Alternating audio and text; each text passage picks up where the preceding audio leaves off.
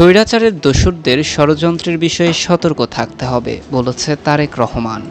আইসিটিতে পলকের ১৫ বছরের দুর্নীতি অনুসন্ধানে কমিটি। ভারতে পালানোর সময় সাবেক এমপি ফজলে করিম আটক। এক দফার কবর চাওয়া সেই চিকিৎসকের পদায়ন স্থগিত। পুলিশের সঙ্গে বড় জালিয়াতি ভূমিদস্যু বসুন্ধরা গ্রুপের। সেনাবাহিনীর ২ লেফটেন্যান্ট জেনারেল চাকরিচ্যুত। এতক্ষণ শুনলেন সংবাদ শিরোনাম, এবার বিস্তারিত। স্বৈরাচারের দোসরদের ষড়যন্ত্রের বিষয়ে সতর্ক থাকতে হবে বলেছে তারেক রহমান। ছাত্র জনতার অভ্যুত্থানে স্বৈরাচার পালিয়ে গেলেও তাদের দোসররা এখনও রয়ে গেছে উল্লেখ করে তাদের নানামুখী ষড়যন্ত্র থেকে জনগণকে সতর্ক থাকার আহ্বান জানিয়েছে বিএনপির ভারপ্রাপ্ত চেয়ারম্যান তারেক রহমান। তিনি বলেন, চক্রান্ত হলে দাঁত ভাঙা জবাব দিতে হবে। বুধবার বিকেলে টাঙ্গাইলের গোপালপুর উপজেলার সুতি ভিএম পাইলট মডেল সরকারি উচ্চ বিদ্যালয় মাঠে অনুষ্ঠিত বিশাল জনসভায় লন্ডন থেকে ভার্চুয়ালি যুক্ত হয়ে প্রধান অতিথির বক্তব্যে এসব কথা বলেন তারেক রহমান। বিএনপির ভাইস চেয়ারম্যান আব্দুস সালাম পিন্টু সহ সব রাজবন্দির মিথ্যা মামলা প্রত্যাহার ও নিঃশর্ত মুক্তির দাবিতে উপজেলা ও পৌর বিএনপির উদ্যোগে এই সভা হয়। বিএনপি আগামীতে দেশে উৎপাদন ও উন্নয়নের রাজনীতি চালু করতে চায় বলে জানান তারেক রহমান। তিনি বলেন, একমাত্র রাজনৈতিক সরকারের পক্ষেই জনগণের সব সমস্যার সমাধান করা সম্ভব। সেজন্য প্রয়োজন জনগণের সমর্থন। দেশের জনগণের সমর্থনে তারা সেই দায়িত্ব পালনের সুযোগ পেলে সেদিনও আপনাদের সমস্যার কথা তার মনে থাকবে। ২০০৮ সালের পর এই প্রথম টাঙ্গাইলে বিএনপির এমন জনসভা। এতে খণ্ড খণ্ড মিছিল নিয়ে গোপালপুরের জনসভায় যোগ দেন বিএনপির নেতাকর্মী ও সমর্থকেরা। এদিকে আইসিটিতে পলকের ১৫ বছরের দুর্নীতির অনুসন্ধানে কমিটি। তথ্য ও যোগাযোগ প্রযুক্তি খাতে ব্যাপক দুর্নীতির অভিযোগ রয়েছে সাবেক আওয়ামী লীগ সরকারের বিরুদ্ধে। তথ্য যোগাযোগ প্রযুক্তি খাতে ব্যাপক দুর্নীতির অভিযোগ রয়েছে সাবেক আওয়ামী লীগ সরকারের বিরুদ্ধে। ২০০৯ থেকে ২০২৪ সাল পর্যন্ত ১৫ বছরের প্রকল্পের নামে এই খাতে কী পরিমাণ অর্থ লোপাট হয়েছে তা খতিয়ে দেখতে কমিটি গঠন করা হয়েছে। সম্প্রতি গঠন করা এই কমিটির প্রধান তথ্য ও যোগাযোগ প্রযুক্তি বিভাগের অতিরিক্ত সচিব মাহবুবুর রহমান। কমিটির তথ্য ও যোগাযোগ প্রযুক্তি বিভাগ এবং এই বিভাগের অধীন সংস্থা ২০০৯ থেকে ২০২৪-২৫ অর্থবছর পর্যন্ত বাস্তবায়িত এবং বাস্তবায়নাধীন প্রকল্পের সামগ্রিক মূল্যায়ন করবে। এই বিষয়ে মাহবুবুর রহমান গণমাধ্যমকে বলেন, আইসিটি বিভাগের আওতায় সাবেক প্রতিমন্ত্রী জুনায়েদ আহমেদ পলক অনেক প্রকল্প নিয়েছেন। সব প্রকল্পের তথ্য আমরা চেয়েছি। এসব প্রকল্প আমরা খতিয়ে দেখব কোথাও সমস্যা ও দুর্নীতি হয়েছে কিনা। প্রকল্পের আওতায় পরামর্শক সহ কিছু অপ্রয়োজনীয় খাত দেখানো হয়েছে, সেগুলোও দেখব। এক কথায় প্রকল্পের সব বিষয়ে চুলচেরা বিশ্লেষণ করব। তথ্য ও যোগাযোগ প্রযুক্তি বিভাগ জানায়, গত ১৫ বছরে বাস্তবায়িত ও বাস্তবায়নাধীন প্রকল্পের সামগ্রিক মূল্যায়ন করা হবে। কমিটিতে হিসাব মহানিয়ন্ত্রকের কার্যালয় থেকে একজন প্রতিনিধি, বাংলাদেশ পাবলিক প্রকিউরমেন্ট অথরিটি থেকে একজন প্রতিনিধি এবং বাস্তবায়ন পরিবীক্ষণ ও মূল্যায়ন বিভাগ থেকে একজন প্রতিনিধি সদস্য হিসেবে রয়েছে। পরবর্তী সময়ে প্রয়োজন হলে অন্য কোনো সংস্থা থেকে আইটি বিশেষজ্ঞ নেওয়া হবে।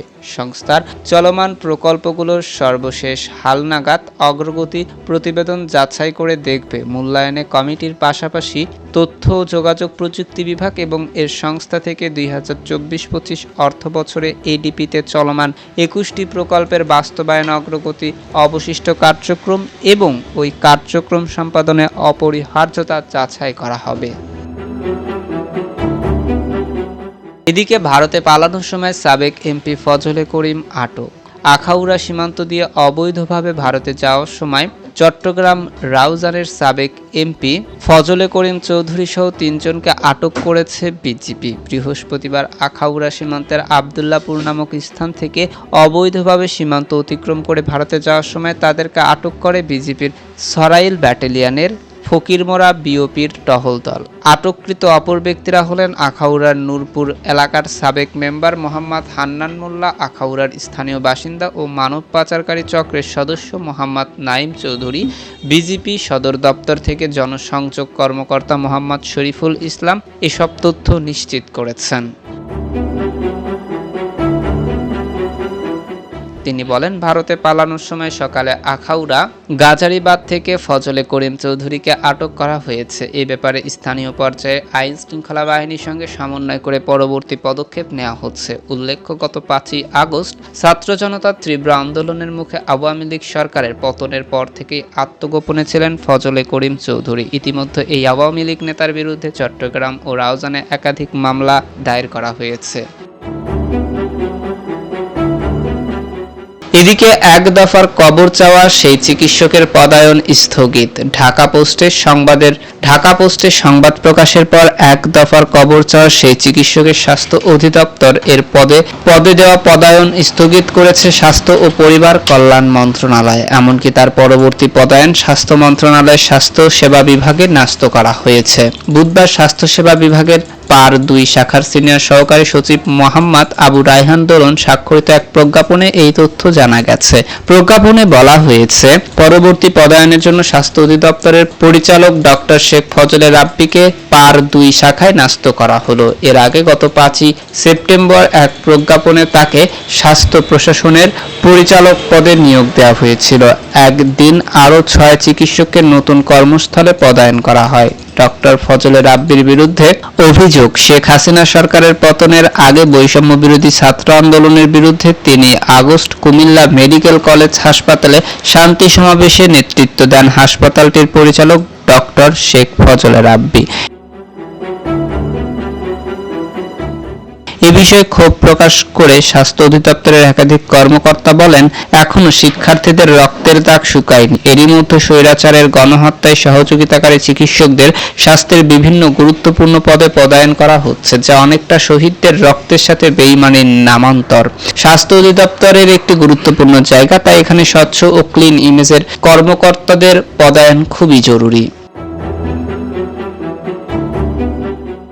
এদিকে পুলিশের সঙ্গে বড় জালিয়াতি ভূমিদস্যু বসুন্ধরা গ্রুপের। নিরীহ মানুষের জমি দখল, সন্ত্রাস, লুণ্ঠন, চাঁদাবাজি, ধর্ষণ, হত্যা, গুম সহ নানা অপরাধে যার নাম জড়িত তিনি বসুন্ধরা গ্রুপের চেয়ারম্যান আহমেদ আকবর সোবাহান ওরফে শাহ আলম। গত 3 দশকের নানা অনিয়ম, প্রতারণা ও জালিয়াতির মাধ্যমে মাফিয়ায় পরিণত হওয়া শাহ আলম তার পরিবারের সদস্যরা হেন কোনো অপরাধ নেই যা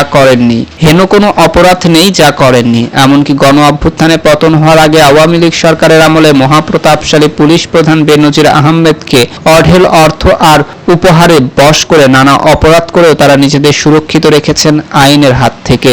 বেছে বেছে উপর মহলের কিছু কর্মকর্তাকে তোয়াজ তামিজ করে চললেও বসুন্ধরা গ্রুপ বড় ধরনের জালিয়াতি করেছে পুরো পুলিশ বাহিনীর সঙ্গে।